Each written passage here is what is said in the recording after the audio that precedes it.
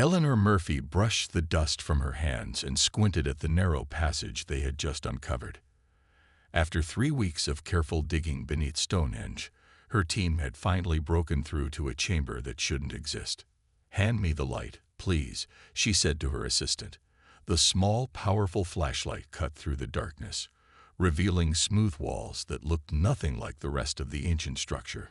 Eleanor had been an archaeologist for 15 years, but she had never seen anything like this. The walls were too perfect, too smooth. Stonehenge was over 5,000 years old, yet this hidden chamber looked almost modern. "Dr. Murphy, should we wait for the rest of the team?" her assistant asked. Eleanor shook her head. "I'll just take a quick look." She squeezed through the narrow opening, her heart beating faster with each step. The beam of her flashlight swept across the small room, stopping suddenly on an object in the center. It sat on a simple stone pedestal, roughly the size of a basketball. Eleanor moved closer, careful not to touch anything. The object was metallic, but unlike any metal she had seen before. It wasn't rusty or damaged. It seemed to glow slightly, even in the darkness. Strange symbols covered its surface, flowing in patterns that somehow felt familiar yet completely alien. Eleanor took photos with her phone, circling the object carefully. When she got too close, she felt a strange vibration in the air. The object made a soft humming sound, so quiet she almost missed it. "Dr. Murphy, are you okay in there?" her assistant called from the passage. "I'm fine," she replied, not taking her eyes off the object. "But you need to call the university right away. Tell them we found something unusual." Within hours, the site was buzzing with activity. Security personnel kept curious tourists away while Eleanor's colleagues set up equipment around the chamber. "The dating can't be right," said Professor Alan Davis, looking at his tablet. "We've run the tests 3 times now." Eleanor looked up from her notes. "What's wrong with the results?" "This chamber is definitely part of the original Stonehenge structure, at least 5,000 years old. But the object itself," he paused, "it dates to only about 300 years ago. Early 1700s. "That's impossible," Eleanor said. "No one has disturbed this chamber in thousands of years. How could something from the 18th century be inside?" As the team argued about the test results, Eleanor noticed that her phone had no signal despite the booster they had set up. Other electronic equipment was acting strangely too. Batteries drained quickly, and some instruments gave inconsistent readings. "We need someone who can understand these symbols," Eleanor said, looking at her photos. She knew exactly who to call. 2 days later, Dr. Samuel Wright arrived at the site. Samuel was a linguistics expert who specialized in ancient symbols and writing systems. He had worked with Eleanor on 3 previous digs. "This is unlike anything I've ever seen," Samuel said, studying the symbols carefully. "They're not random. This is definitely a language or code of some kind, but it doesn't match any known ancient writing system." Late that night, as most of the team slept in the nearby research tents, Eleanor and Samuel continued to work. They had created a 3D scan of the object, but were careful not to move it from its pedestal. "Look at this," Samuel said suddenly. "These patterns repeat in specific sequences, almost like—" "Like what?" Eleanor asked. "Like instructions," he said, "or a warning." At that moment, all their equipment shut down at once. The lights went out, plunging them into darkness. Even their battery-powered backups failed. "What just happened?" Samuel whispered.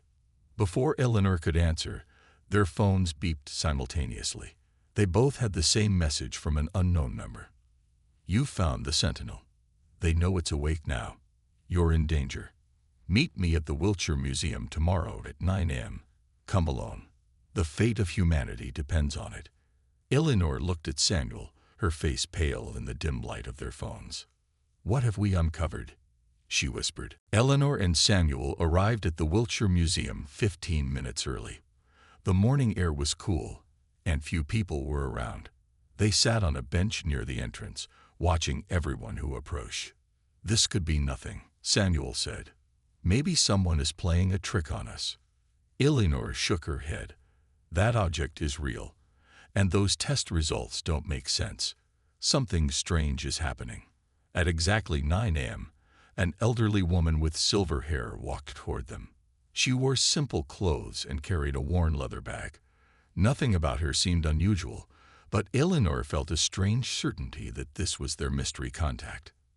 "Dr. Murphy, Dr. Wright," the woman said quietly. "Thank you for coming.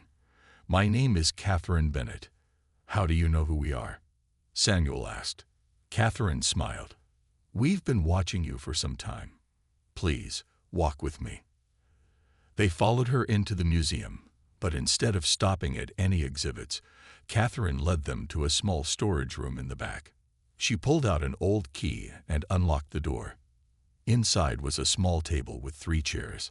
On the table sat several old books and a wooden box. "Please, sit," Catherine said, locking the door behind them. "Who are you?" Eleanor asked. "And what do you know about the object we found?" "I represent the Guardians," Catherine said. "We are a secret society that has existed since 1742. Our purpose is to protect humanity from a threat most people don't know exists." She opened one of the books, showing them pages of handwritten notes and detailed drawings. "What you found is called the Sentinel. It was created by humans, but with technology far beyond what should have been possible centuries ago." Samuel looked skeptical. "That's hard to believe." Catherine nodded. "I understand your doubt, but the truth is, the Sentinel is a weapon. The last defense against visitors from another world." Eleanor studied the old book. The drawings clearly showed the same object they had found, along with the same strange symbols. "You're saying this is a weapon against aliens?" Eleanor asked. "Created in the 1700s. "Yes," Catherine said. "In 1742, a small group of scientists and military leaders detected signals from space. They realized Earth was being watched by something not human. Then came a brief but terrible encounter." She turned pages in the book, showing them illustrations of strange ships and destroyed villages. History records these events as unexplained disasters or strange weather. The truth was hidden. But how could people from that time create such advanced technology? Samuel asked. "Necessity," Catherine said simply. "The greatest minds from around the world were secretly brought together. They pooled their knowledge and worked outside the limits of what was publicly known." She looked directly at Eleanor. "Your ancestor, John Murphy, was among them." Eleanor felt a chill. "My ancestor?" "Yes. The Sentinel has been moved many times over the centuries to keep it safe, always watched over by the Guardians. It was placed beneath Stonehenge nearly 100 years ago." Catherine opened the wooden box, revealing old letters and a small metal disc similar to the Sentinel. "We've been waiting for it to be found by the right person." Before Eleanor could ask more questions, Catherine's phone buzzed. Her face grew serious as she read the message. "We need to leave immediately," she said, quickly packing the books and box. "The military is on their way to the dig site. They detected the Sentinel's energy signature." "The military knows about this?" Samuel asked. "Some do. Not all can be trusted." Catherine handed Eleanor the small metal disc. "Keep this with you. It's a key that connects to the Sentinel."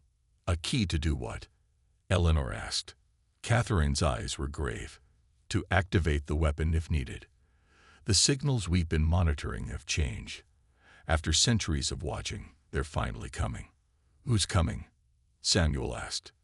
"The ones our ancestors fought in secret," Catherine said, opening the door. "And this time, they're sending more than just scouts." Catherine led Eleanor and Samuel through a back exit of the museum, just as several black SUVs pulled up to the front entrance. They hurried to an old blue pickup truck in the parking lot.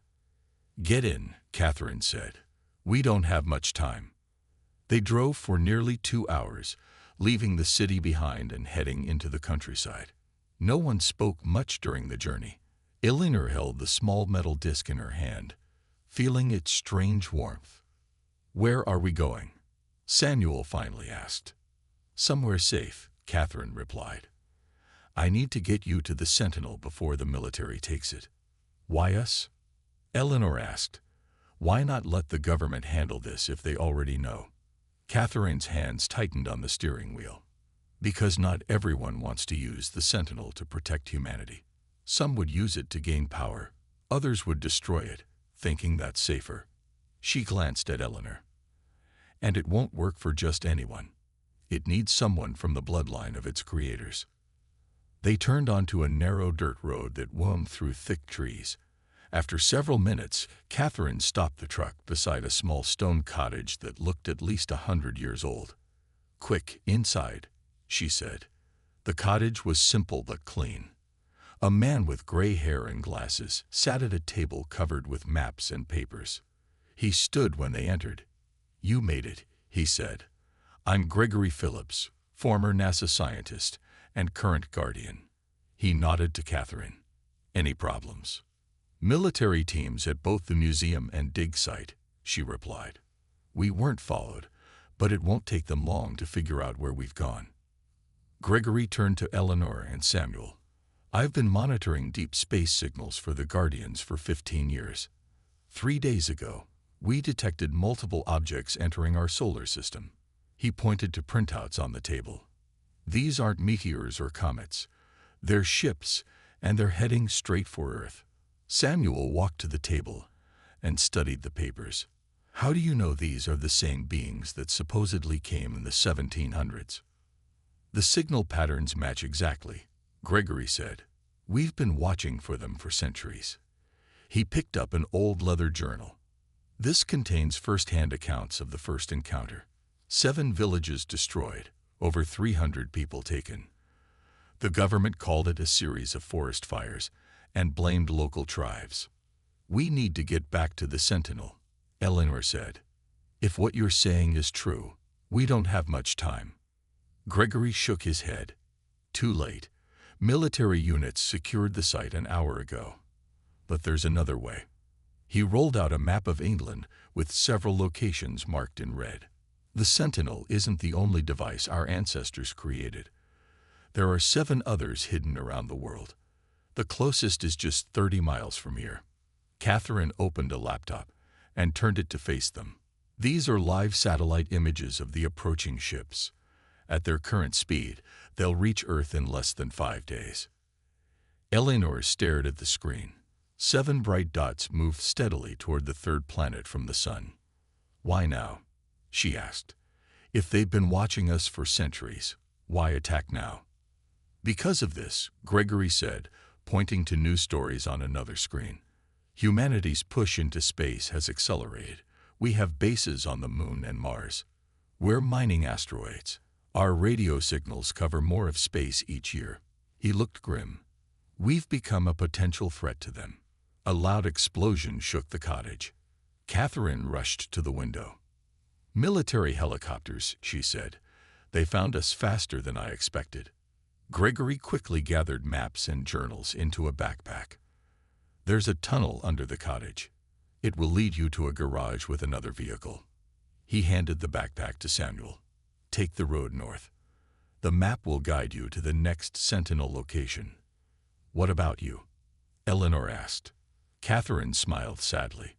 "We'll hold them off. Give you time to escape." But Eleanor started to protest. "There's no time," Gregory interrupted. "You're the only one who can activate the Sentinel now. The future of humanity depends on it." Catherine pushed a bookshelf aside, revealing a dark passageway. "Go now.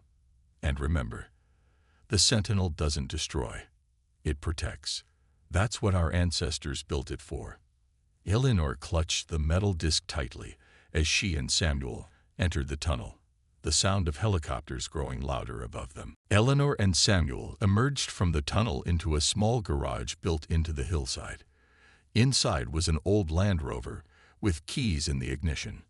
"I hope you can drive this thing," Samuel said as they got in. Eleanor started the engine. "My uncle had one on his farm." "Hold on." They drove north for hours, following the map Gregory had given them. The roads became rougher as they headed into a remote area of the Scottish Highlands. Rain began to fall, making it hard to see.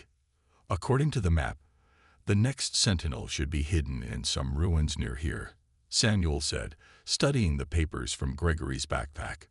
Eleanor slowed the Land Rover as they approached an ancient stone circle similar to Stonehenge but much smaller. No one else was around. "This must be it," she said, parking behind some trees to hide the vehicle. They walked to the stone circle in the rain. Eleanor felt the small metal disc grow warmer in her pocket. "The entrance must be hidden," Samuel said, examining the stones, "just like at Stonehenge." Eleanor took out the metal disc. It was vibrating slightly now, and the strange symbols on its surface were glowing faintly blue. As she moved around the circle, the glow became brighter near one particular stone. "Here," she said, "help me push on this one."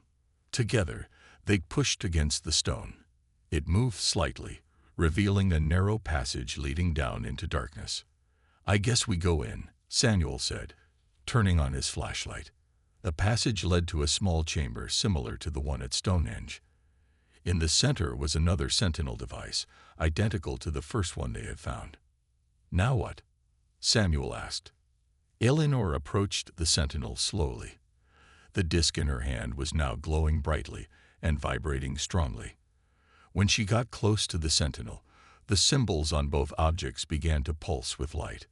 "I think I need to." Eleanor held the disc up to the larger device.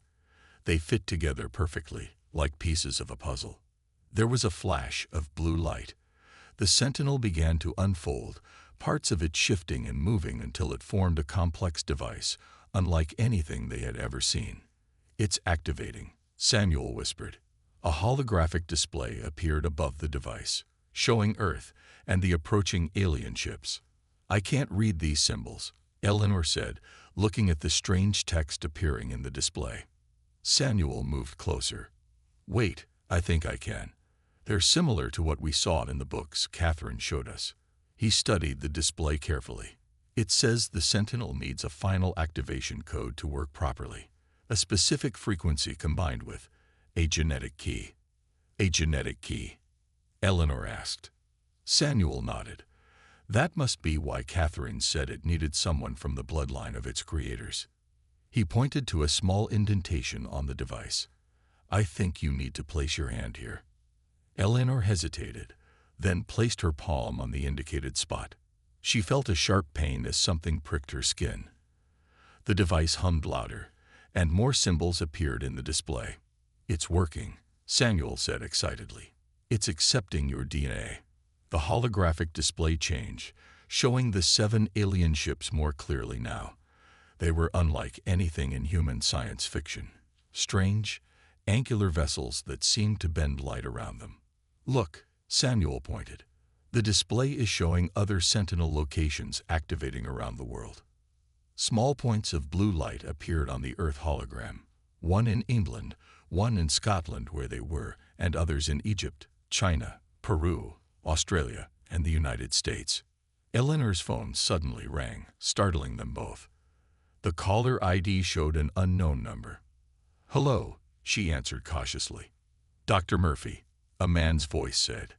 "I'm Major Daniel Rivera with the United States Space Force. We need to talk about what you've just activated." "How did you get this number? How do you know what we're doing?" Eleanor demanded. "Some of us in the military have been working with the Guardians for generations," Major Rivera replied. "Not everyone wants to seize the Sentinels. Some of us understand their true purpose." "Which is what?" Eleanor asked.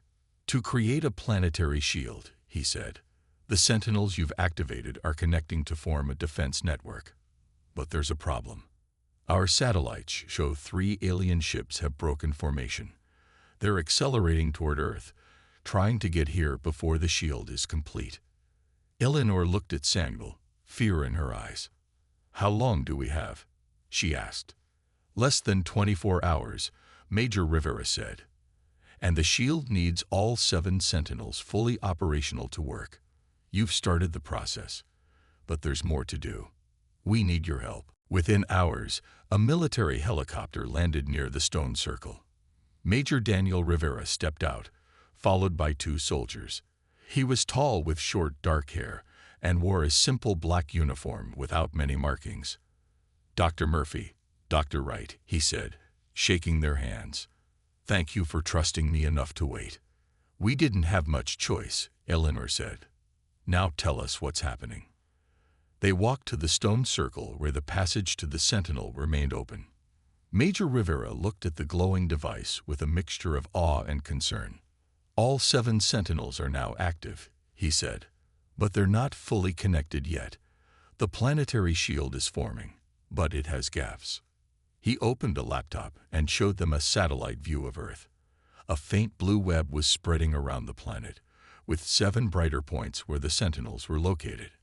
"The 3 alien ships that broke formation will reach Earth in about 18 hours, Rivera continued. "They'll try to land before the shield is complete." "What happens if they land?" Samuel asked. "According to Guardian records from previous encounters, they'll establish ground bases to disable the Sentinels," Rivera explained. "They want our resources and see us as a potential future threat. Their technology is far beyond ours. Conventional weapons barely affect their ships." Eleanor looked at the Sentinel. "So these devices are our only hope?" "Yes," Rivera nodded. "But there's more to them than just the shield." He pulled out an old book from his pack, similar to the ones Catherine had shown them. "The Sentinels have a second function. They can disrupt the aliens' neural network." "Their what?" Samuel asked. "Their shared consciousness," Rivera explained. "The Guardians learned from previous encounters that these aliens operate with a hive mind of sorts. The Sentinel technology can disrupt that connection, rendering them vulnerable." Eleanor studied the book Rivera had brought. How did humans in the 1700s create technology this advanced? Rivera's expression grew serious. "That's the most closely guarded secret of the Guardians. Catherine and Gregory weren't authorized to share it with you yet." He hesitated. "These weren't the aliens' first visits to Earth. They'd been coming here for thousands of years, taking resources and studying us." A soldier rushed over from the helicopter. "Sir, we're getting reports of worldwide communications disruptions. The alien ships are jamming our signals." Rivera closed his laptop. "It's starting. They're trying to isolate us, prevent global coordination." He turned to Eleanor. "We need to get you to the American Sentinel. Each device needs a member of the Creator bloodlines to enable its full power." "But the other Sentinels," Eleanor began. "Other descendants are being brought to each location," Rivera assured her. "But the American Sentinel is the main control hub. It needs your specific DNA sequence." "Why me?" Eleanor asked. "What's special about my family?" "Your ancestor, John Murphy, wasn't just any scientist," Rivera said. "He was the lead designer of the Sentinel network. He encoded his own DNA as the master key." The ground suddenly shook beneath them. In the distance, they saw a bright flash of light over the horizon. "What was that?" Samuel asked, steadying himself against a stone. The soldier checked his communications device. "Sir, reports coming in of an object entering Earth's atmosphere over the North Sea. It got through a gap in the shield." Rivera's face paled. "They're here earlier than we expected. We need to move now." He turned to Eleanor and Samuel. "A plane is waiting to take us to the United States. The American Sentinel is hidden beneath Mount Rushmore." "Mount Rushmore." Samuel looked surprised. "That wasn't built until the 1930s. "Exactly," Rivera said. "The perfect cover for something much older." The monument was built to hide and protect the Master Sentinel. As they hurried to the helicopter, Eleanor looked back at the Scottish Sentinel, still glowing with blue light. "Will it be safe here?" she asked. "Guardian teams are moving to protect each location," Rivera said. "But our best defense is getting all 7 fully operational before more ships break through." The helicopter lifted off as another flash lit the northern sky. The first alien ship had landed on Earth. The military plane flew through turbulent skies. News reports coming in described strange weather patterns and electrical disturbances worldwide. Governments were telling people these were natural phenomena, but Eleanor knew better. What happens when we land? She asked Major Rivera, who sat across from her checking reports on his tablet. We have a secure convoy ready, he replied. The area around Mount Rushmore has been evacuated under the pretense of structural concerns. Only Guardian members and trusted military personnel are allowed near the site now. Samuel looked up from the Guardian journals he'd been studying. These records mention smaller versions of the Sentinel technology, portable devices that can affect the aliens at close range. Rivera nodded. That's our backup plan. Throughout history, the Guardians hid smaller Sentinel devices in museums and historical sites around the world. They look like ordinary artifacts, ancient weapons, jewelry, tools, but they contain the same technology on a smaller scale. The plane shook violently. Through the window, Eleanor saw strange lights in the clouds. They're tracking us, Rivera said grimly. The aliens can detect the Sentinel energy signature in your DNA now that it's been activated. The pilot's voice came over the intercom. Major, we can't continue to our planned destination. There's some kind of energy barrier over South Dakota. The aliens have already established a perimeter around Mount Rushmore, Rivera said, his face grim. They know where the Master Sentinel is located. So what do we do now? Eleanor asked. We land at our fallback location in Colorado, Rivera replied. The Guardians have a hidden facility in the Rocky Mountains. From there, we can coordinate with the other Sentinel locations and plan our approach. 2 hours later, they landed at a small airfield surrounded by mountains. A group of people waited for them, some in military uniforms, others in civilian clothes. Welcome to Eagle's Nest, Rivera said as they exited the plane, one of the oldest Guardian facilities in North America. They were led into what looked like an ordinary mountain lodge from the outside. Inside, however, was a high-tech operations center built into the mountain itself. Dozens of people worked at computer stations, monitoring screens showing the alien ships and the growing planetary shield. A woman approached them. Dr. Murphy, I'm Olivia Parker, head of North American Guardian Operations. We've been expecting you. She led them to a large table displaying a holographic map of Earth. Small red dots showed the locations of alien landings. They've touched down in 7 locations so far, Olivia explained. Northern Europe, Siberia, Central Africa, Australia, Brazil, Japan, and now the United States. In each case, they've targeted areas near Sentinel devices. How are they finding them so easily? Samuel asked. They've been studying Earth for centuries, Olivia replied. They likely detected the energy signatures long ago, but couldn't pinpoint the exact locations until the devices were activated. Rivera pointed to Mount Rushmore on the map. The good news is they haven't breached the mountain chamber yet. The bad news is we can't get in there either with their ships patrolling the area. What about the other Sentinels? Eleanor asked. Are they fully operational? 5 of the 7 are at full power, Olivia said. Descendants at each location completed the genetic activation. Only the American and Australian Sentinels remain at partial power. And we need all 7 at full strength for the shield to work properly, Rivera added. Eleanor thought for a moment. The smaller devices Samuel mentioned. Can we use those to fight back? Olivia nodded and pressed a button. A wall panel slid open, revealing a collection of objects that looked like museum pieces, ancient swords, shields, crowns, and other artifacts.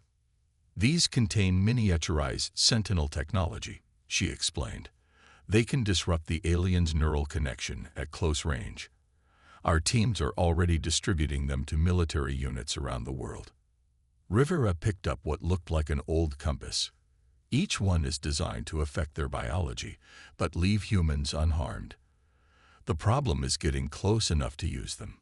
Eleanor looked at the map again, studying the red dots of alien landings surrounding the blue points of the Sentinels. We need a diversion, she said. Something to draw their attention away from Mount Rushmore long enough for us to get inside and activate the Master Sentinel. What kind of diversion? Rivera asked. Eleanor pointed to the other Sentinel locations. We need to make them think we're trying to boost power at all the other sites simultaneously. Make them split their forces. Olivia and Rivera exchanged looks. That could work, Olivia said, but it would put the other Sentinel teams at risk. We don't have a choice, Eleanor said. If we don't get the Master Sentinel fully operational soon, those 3 remaining ships will break through and will be completely overrun. Within hours, the diversion plan was in motion. Guardian teams at each Sentinel location began increasing power levels, creating energy spikes that would attract the aliens' attention. Military units equipped with the smaller Sentinel devices prepared to defend the sites. In the Colorado facility, Eleanor, Samuel, and Rivera monitored the situation. It's working, Olivia said, pointing to the map. Alien forces are moving away from Mount Rushmore toward the other sites. Rivera nodded. This is our chance. A stealth helicopter is ready to take us to South Dakota. Before they left, Olivia handed Eleanor a small wooden box. This might help you understand what you're really fighting for. Inside the box was an old journal with the name John Murphy written on the first page. Eleanor's hands trembled as she opened it. This is my ancestors' journal, she whispered. Read it on the way, Rivera urged. We need to move now. On the helicopter, Eleanor read through the journal while Samuel and Rivera prepared equipment. The more she read, the more shocked she became. Samuel, she said finally, according to this, the aliens didn't just visit Earth in the 1700s. They've been coming here for thousands of years. Samuel moved beside her to look at the journal. What does it say? The aliens have been studying us, taking people for experiments, and harvesting Earth's resources since ancient times. Eleanor turned another page, and each time they came, humans fought back with whatever technology they had. The journal says many of humanity's greatest innovations weren't just natural progress. They were responses to alien encounters. Samuel looked skeptical. That's hard to believe. Listen to this, Eleanor read from the journal. Our group includes minds from across the globe. Franklin with his electricity, scholars from China with ancient knowledge of magnetism, African metallurgists whose techniques surpass European understanding, and Native American healers with plant compounds unknown to our science. Together, we have created something none of us could have built alone. A defense system that uses the aliens' own neural sensitivity against them. So the Sentinels were built by combining knowledge from around the world, Samuel said. Knowledge that existed but wasn't widely shared or documented. Rivera nodded. The Guardians have always included people from all nations, all cultures. The secret history of humanity is one of unity against an outside threat. The helicopter pilot's voice interrupted them. We're approaching Mount Rushmore. The diversion seems to have worked. Most alien craft have moved to other locations. They landed in a clearing about a mile from the famous monument. A small group of soldiers met them and led them through a hidden tunnel in the forest. This passage was built in the early 1900s, Rivera explained as they walked. Years before the monument itself. The Sentinel was placed here first, and the president's faces were carved later as a cover. After 20 minutes of walking, they reached a large metal door built into the rock. Rivera placed his hand on a scanner hidden behind a loose stone. Only Guardians and certain bloodline descendants can open this, he said. The door slid open, revealing a large chamber carved into the mountain. In the center stood a Sentinel device larger than the others Eleanor had seen. It was already partially activated, glowing with blue light. This is the Master Sentinel, Rivera said. It coordinates all the others. Eleanor approached it slowly. The device pulsed brighter as she got closer, as if recognizing her. What do I do? She asked. Place your hand on the main panel, like you did with the Scottish Sentinel, Rivera instructed. Eleanor did as he said. The device pricked her finger again, sampling her DNA. The blue light grew stronger, spreading throughout the chamber. A holographic display appeared, showing Earth and the alien ships. The planetary shield was visible now, a blue web surrounding most of the planet, but with several gaps where alien ships had broken through. "It's working," Samuel said. "The Master Sentinel is connecting with the others." Rivera studied the display. "The shield is strengthening, but those ships that already landed are still a problem. Their ground forces are attacking the other Sentinel sites." Eleanor noticed something strange in the holographic display, symbols appearing around each alien landing site. "What are those markings?" she asked. Rivera looked closer. "The Sentinel is showing us something about the aliens." He studied the symbols. "They're mapping the aliens' neural network, their connections to each other, and their ships." Eleanor felt the device humming beneath her hand. "I think it's asking me something." She looked at the strange symbols flashing before her. "It wants permission to do something." "What?" Samuel asked. Eleanor understood suddenly, knowledge flowing into her mind through her connection with the device. "It wants to activate the final defense protocol," she said, "to send a signal that will disrupt their entire neural network at once." Rivera looked alarmed. That could kill them all instantly. Eleanor faced a choice that would determine the fate of two species. Eleanor stared at the holographic display, her hand still connected to the Master Sentinel.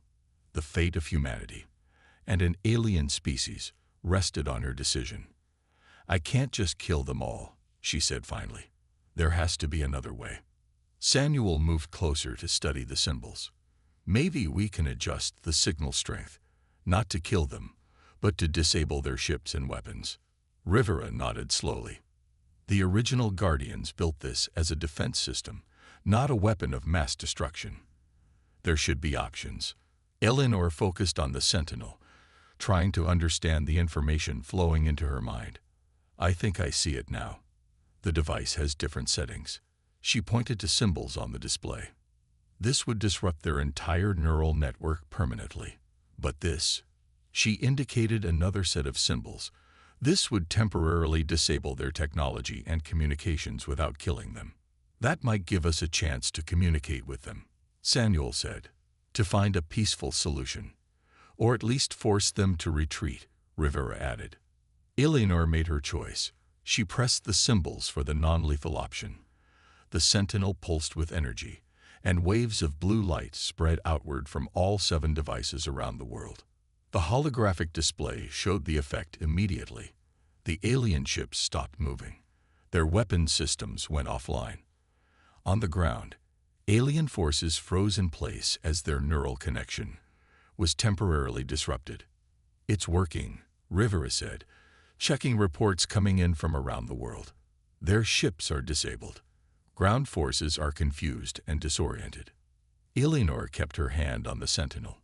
"There's something else here, a communication system." She focused again, and a new holographic display appeared, strange symbols that seemed to translate between human languages and the aliens' communication method. "Can we talk to them?" Samuel asked. "I think so," Eleanor replied. "The Sentinel is designed to serve as a translator. Our ancestors built it not just to fight the aliens, but to eventually communicate with them." Rivera looked surprised. "That's not in any of the Guardian records I've seen." "Maybe they didn't want future generations to know," Eleanor said. "Maybe they were afraid we would try to contact the aliens before we were ready to defend ourselves." She activated the communication system. A message in alien symbols appeared in the hologram, then translated into English. "Why do you resist? Your resources are needed. Your species is primitive." Eleanor thought carefully, then responded through her connection to the Sentinel. "We are not primitive. We created this defense system centuries ago. We have hidden our true capabilities from you. We do not want war, but we will defend our world." There was a long pause before the aliens replied. "Your defense, human expected. Your TC no LG surprising. We goil wawality divar AO to erodiconsiter." The alien ships began to rise from Earth's surface, moving slowly back through the gaps in the planetary shield. The ground forces retreated to their vessels. "They're leaving," Samuel said in disbelief. "For now," Rivera cautioned. "But they'll be back, probably with a larger force." Eleanor nodded. "That's why we need to be ready. Not just with weapons, but with knowledge." She looked at the Sentinel, still glowing with power. "For centuries, we kept this technology hidden, even from ourselves. We forgot what humanity is truly capable of." As reports came in from around the world, the truth could no longer be hidden.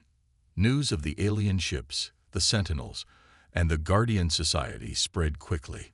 Governments tried to control the information, but there were too many witnesses, too much evidence. 1 week later, Eleanor stood before the United Nations, explaining what had happened and what humanity had learned about its own past. "For centuries, we've been hiding our greatest achievements, even from ourselves," she told the assembled leaders. The Sentinels were built by people from all cultures, all nations, working together against a common threat. They combine knowledge that most of human history doesn't even record.